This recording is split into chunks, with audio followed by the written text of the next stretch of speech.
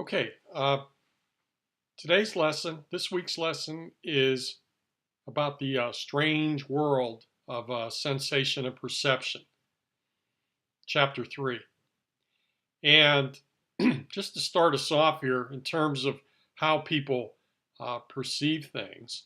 Now, what you're seeing here is a picture of the uh, of Mars from one of the Martian rovers, and you can see the desert and you can see the rocks there. And if you look real close on top of that rock, there's a lizard sunning himself. Here, let me zoom in on that a little bit. And there you go. So you can see that could be a lizard. That's how some people perceive this. You could see its head there and its eye and on the side of its head, and you could see its feet there. Or some people just perceive this as just another Mars rock. So anyway, it's kind of a lead-in to our discussion for today. So let's get some terms here, and these will probably be on the study guide and probably be on the exam. But now your sensations are really just meaningless bits of information, random signals to the brain from the sense organs. So your sensations are from your sight, sound, taste, touch, and smell. The perceptions, on the other hand, are what results when the brain puts all those random signals together in some meaningful way so we can understand what they mean and how to act on them. So just to get the terms right, the sensations are what our senses. See that word, this is a magic word, an easy way to know that is sensation is senses. Senses, what your senses take in. Your perception is how the brain puts all that together. Here's another term, perceptual construction, which is a mental model of external events that are actively created by the brain. A mental model of external events that are actively created by the brain. An example would be newly sighted people must learn to identify objects. Yeah, I'd heard about this where people that have been blind since birth and through some procedure they've gotten their sight and they don't know what they're looking at. So they have to relearn that. And so the sensation is finally there. They're seeing with their eyes what's always been in front of them. Now their brain has to put that together. And as you can see, there's a couple ways of looking at these objects here. Way number one is how and again, this is an illustration of how your brain puts this together. You might say that there's a circle and a square here. Somebody else could just go, well, it looks like a circle and a square, but it's made up of individual lines. And somebody else could just say it's individual lines that are making up patterns. So that's just different kind of perceptions, but your eyes are taking in these shapes here. Also, sensations, the sensation here, you can see the picture on the left, and it's just random patterns there. But then when you look over on the right, it's a jaguar. So again, did your brain put together the sensations into the pattern or the shape of the form of the jaguar? So you can see how, but on film there, it just looked like they were just right in front of each other, talking to each other, and Bob Newhart was an elf. So anyway, that's if you're seen the movie Elf there. That's how they did the illusion there in the movie. Saved us some money. Just needed a physical set. Didn't have to CGI anything. Okay, now an hallucination is an imaginary sensation such as seeing, hearing, or smelling something that doesn't exist in the external world. From what I've been told and from what I read, LSD produces hallucinations. But I mean, you can hallucinate from other reasons besides drugs. I mean, you could be you could be very, very sick and spike a high fever. And I've heard of people hallucinating like that. You could be sleep deprived, and you could experience hallucinations like that too. So there's other ways besides drugs to experience hallucinations, but it's just an imaginary sensation, such as seeing or hearing or smelling something that doesn't exist in the external world. I worked with a gentleman one time that had a mental illness, schizophrenia, and hallucinated. And he's on medical supervision with his medication, and when he takes his medication, he doesn't hallucinate. But I asked him, I said, what did you see when you were hallucinating? And he said it's like those Hollywood movie type monsters, is what he saw when he was hallucinating. So kind of going hand in hand with hallucinations, we have reality testing, which is obtaining additional information to check on the accuracy of perceptions, concluding a hallucination by touching it. So in other words, reality testing is a person that they're having a hallucination and they want to see if it's real or not. So they try to touch it. Another reality testing is it could be an auditory hallucination besides a visual one too. And there's people that reality tested by turning to someone else and go, well, do you see that or do you hear that? So that's reality testing. Circle, and there's the one we started with. So, I mean, this is a clever illusion. It just seems like it's a spiral going in, when in reality, each one of those lines is just a circle, and I've reality tested it just by photoshopping the circles into here, as you can see. The next one is bottoms up process, similar ways. Bottoms up processing is organizing perceptions by beginning with low-level features. We begin with small sensory features and build upward to a complete perception, putting together a picture puzzle you've never seen before. So it's just starting with whatever clues or features, sensations that are there, and then building it up to a complete perception. After a while, you get the big picture. It's like an aha moment. You go, oh, okay, I know what we're doing here. So that's bottoms up processing. Don't know if any of you have ever put together these 1,000-piece puzzles, but the bottoms up processing is when you're building it for the first time. What do? You start looking for the corners. You start looking for the edges. And then you put the edges and the corner together. And then you start looking for different colors and different patterns. That's all bottoms up processing. Another example of bottoms up processing. Bottom up processing. Bottoms up is a toast, I gather, but bottom up processing. Another example of this is the Rubik's Cube, where you start looking for clues to get the to put the sides all back together. Now here's a clever illusion again, and this is bottom up processing. How many faces do you see here? And I'll give you a few minutes so you can look it over and count them and everything.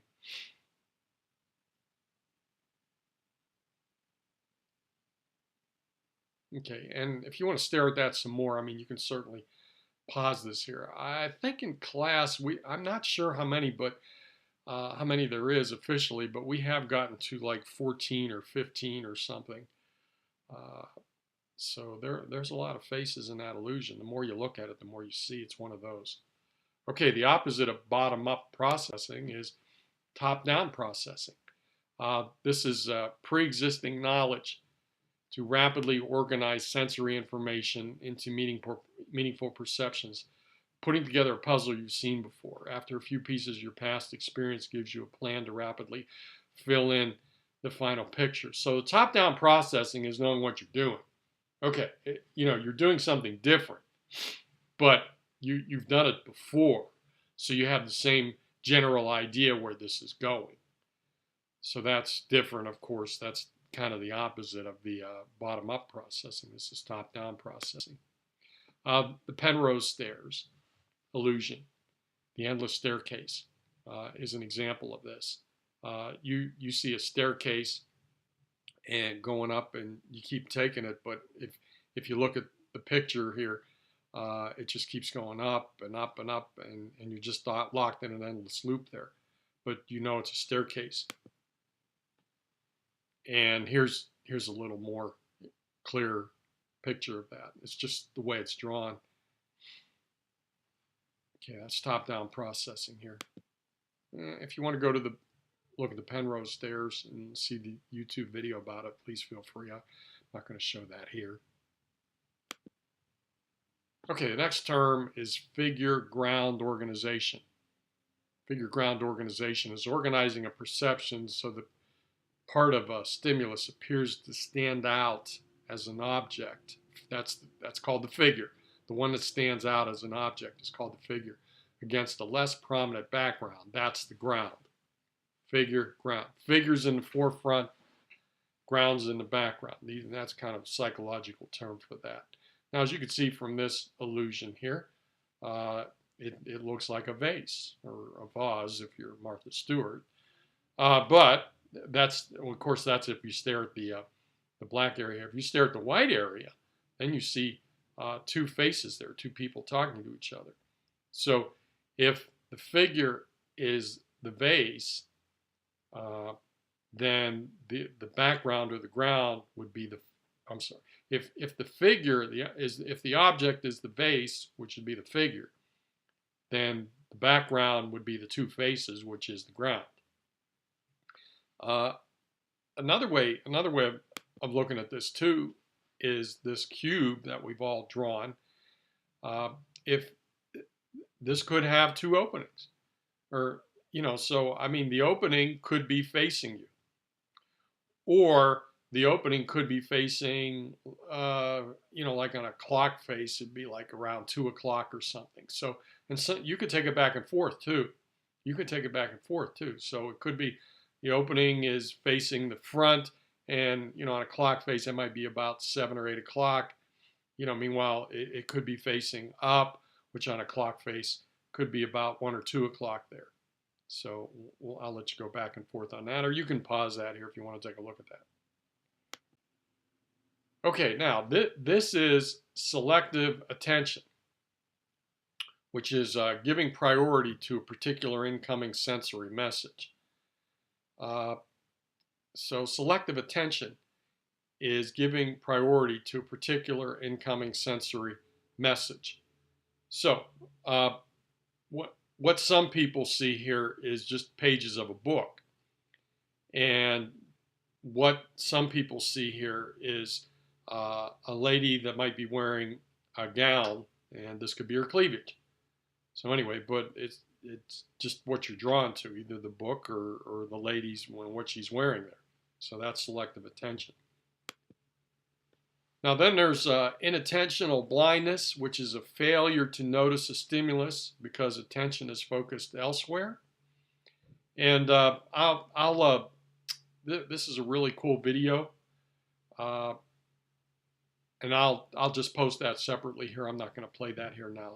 But if you have a couple minutes and you want to know about inattentional blindness, make sure you take a look at the video. It's really a neat video. So it's a failure to notice a stimulus because your attention is focused elsewhere. Like this here, can you spot the gorilla in the CT scan? Most radiologists couldn't. Yeah, and they tested inattentional blindness in terms of they gave radiologists the CT scan, and they said, well, what do you see in here? So they were drawn in and trying to diagnose it. But you can see there is a picture of a gorilla here, and most of them didn't see it because of inattentional blindness. I think there's an old saying, you can't see the forest through the trees. I think that's what applies here. All right, now depth perception, which is the ability to see three-dimensional space to accurately judge distances. So this is called the Ponzo illusion, where the yellow lines, as you could see when the red comes up here, there we go, when the red comes up, they are the same length, But because they're drawn on something like a railroad track that goes off into the distance, into infinity, uh, you would think that the top one is the bigger one. And really, this illusion here is just playing with your depth perception, uh, which is the ability to see three-dimensional space to accurately judge distances. So when I play with your depth perception like this, you can accurately judge distances. Now, this is an incredible illusion here. This is a lack of depth perception that would cause this here. So what you see here is a spinning dancer. Now, you can make her just, I'm not doing anything. I'm not touching any buttons on here. I'm not advancing any slides. But you can actually make her just with your perception. You see the sensation coming in with, the visual sensation, but just with your perception alone, you, you, you can make her spin the other way. Matter of fact, when you get good at it, you can make her spin both ways, back and forth. Now, the way that most people have been able to do this is constant looking down at her feet, her foot that's planted, and actually the reflection of the planted foot. That's where people have been able to make her spin the other way. So we'll give you a few seconds here. You can try that on your own.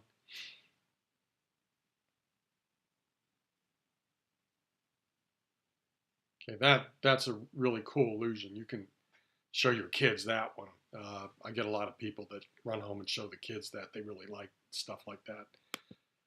And if you want to spend some time with it, here's the link to it. So I mean, you could just go over to Wikipedia there and look for spinning dancer, and you'll be able to get that spinning dancer illusion. But that's a complete lack of depth perception causing that.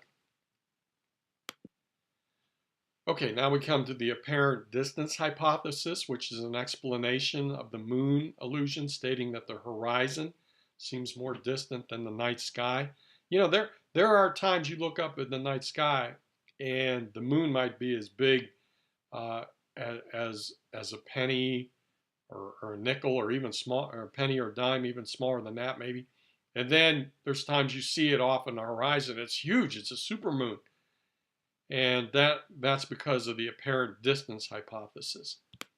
And here's another picture of the supermoon here, an explanation of the moon illusion, stating that the horizon seems more distant than the night sky. So the moon just seems closer because of the perception, because of the depth perception approaching us. See, so here you see the car here on the right. It's closer to you, so it just seems bigger. And then you see the car on the left, and it just seems smaller because it's further away. But it's still the same size. It has a perceptual constancy. It's not like it's growing or shrinking. So with this here, when you look down at it, straight down like your book, it's just a square. But when you put it further out, it looks like hexagon shape. Anyway, it's keystone, just like sometimes slides do when you're projecting them. And the slide projector's lower than the screen level.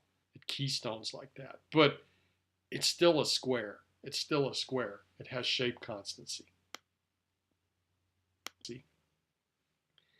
It's just here's lighted. I mean, but the shirt is the same color. It's just it might be out in bright sunlight, and then later on, it looks more of an orange, but it could be the setting sun or something, or it's just dim light or something that's changing that. But it's not changing colors. It's just your perception is changing. So it has brightness and color constancy. Now you can play with this constancy too. I don't know if you've ever seen some of these amazing chalk drawings, but I mean here you see the floor looks like it's opened up, and it looks like there's some kind of harbor or something underneath. and yet it's just your perception. There's still constancy. The floor is there. It hasn't opened up. You know, there's not a harbor underneath the floor. Uh, it just looks that way. It's just the illusion created by the artist. You know, here's a Lego army, and so this is a sidewalk chalk drawing, and it looks like, you know, all these Lego figures are just standing in the bottom there. But you know, if you view it from other angles, you just see it was the way it was drawn. Clever illusion, though. Clever illusion. Okay, the book does touch on ESP at the end. So this is the purported ability to perceive events in a way that cannot be explained by known capacities of sensory organs. So they talk about like an extrasensory perception, ESP, and that falls under psi or psychic phenomenon, events that seem to lie outside the realm of accepted laws. So as psychology, you might hear about parapsychology, and some of the things in parapsychology or psi phenomenon is telepathy, which is reading people's minds, precognition, which is knowing about future events, clairvoyance. This is getting in touch with, I think, people's souls, or you know, long dead or something, if I'm not mistaken, and I could be. Psychokinesis is moving things just with the power of your mind. Seems like the Russians were experimenting with things like that. Uh, I've seen videos of things like that. Near-death experiences, little, you know, could be psychic phenomenon. You know, could be a little bit more to that. It just seems like people that have clinically died and are brought back, a lot of them tell very similar stories from their experience. I mean, they talk about a lot of people, not everybody, but a lot of them talk about uh, when they died that this peace came over them and they saw this, they were in this tunnel and they were moving towards this light. And some of them talk about long dead people that have passed before them, beckoning them on. And as they got closer to the light, you know, it was a very peaceful experience. And then whatever, they might be resuscitated or come back, and they just talk about this experience. It could be a final hallucination, like we talked about. It could, you know, they've talked about like these neurons firing and discharging, uh, and as the body's dying, the brain's dying, and they're brought back. I have a little more affinity to this one, though. I remember that my father telling me that my grandmother was in a nursing home at the time, at the end of her life, and she took my father told me that she said about 2 weeks before she did pass away, she woke up in the middle of the night and she felt very peaceful and calm, and she could see this bright light, and that seemed to last a few minutes, and then the experience left her, and then 2 weeks later she passed away. So yeah, you know, just a personal experience, you know, from somebody I know, you know, maybe there's a little bit more to this.